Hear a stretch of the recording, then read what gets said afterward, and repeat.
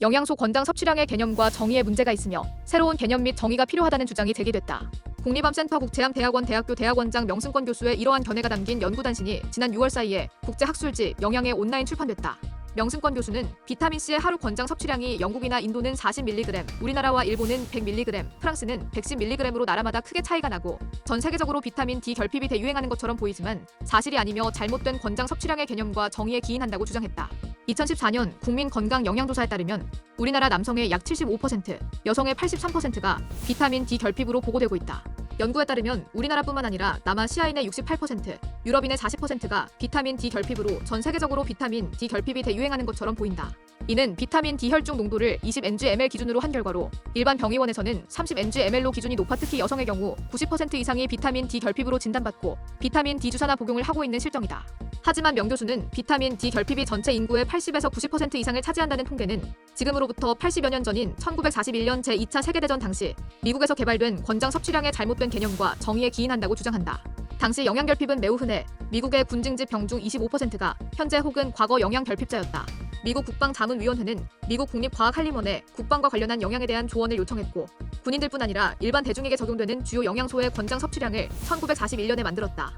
문제는 이때 만들어진 권장 섭취량의 개념과 정의가 정확하게 서술되지 않았고 임상 연구가 불충분한 상태에서 50여 명의 전문가들에게서 의견을 수렴해 비타민 등 주요 영양소별 권장 섭취량을 정했다.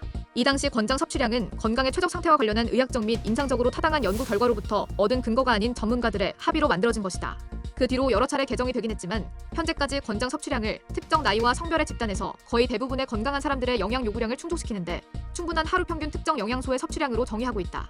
달리 표현하면 건강한 사람들 100명이 있다면 특정 영양소의 섭취량이 낮은 사람부터 높은 사람까지 다양한데 가장 많이 섭취하는 사람들 상위 2.5%가 섭취하는 양을 권장 섭취량으로 정했다는 것이다. 즉 현재의 권장 섭취량은 극단적으로 과도한 양이라는 것이다. 이러한 권장 섭취량에 상응하는 비타민 D의 혈중 농도인 20 ng/ml 이하인 경우를 비정상으로 정의했기 때문에 적어도 80에서 90%가 비타민 D 결핍 혹은 부족으로 잘못 분류가 된 것이 문제다.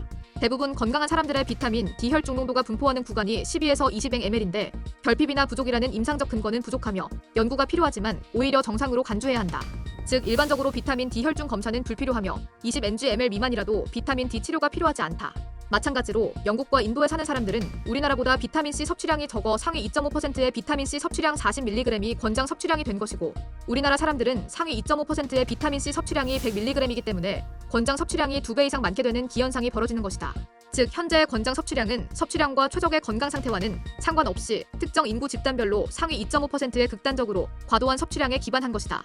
명 교수는 코호트 연구라는 대규모 집단을 대상으로 연구를 시행한 결과 질병의 발생과 사망률은 체질량 지수가 너무 낮거나 높으면 높아지고 중간 정도인 경우가 가장 낮게 나와 이 구간을 표준 체중으로 제시하고 있다며 마찬가지로 권장 섭취량도 코호트 연구를 통해서 최적의 건강 상태를 보이는 특정 영양소의 섭취량의 범위를 새롭게 정해야 한다고 말했다.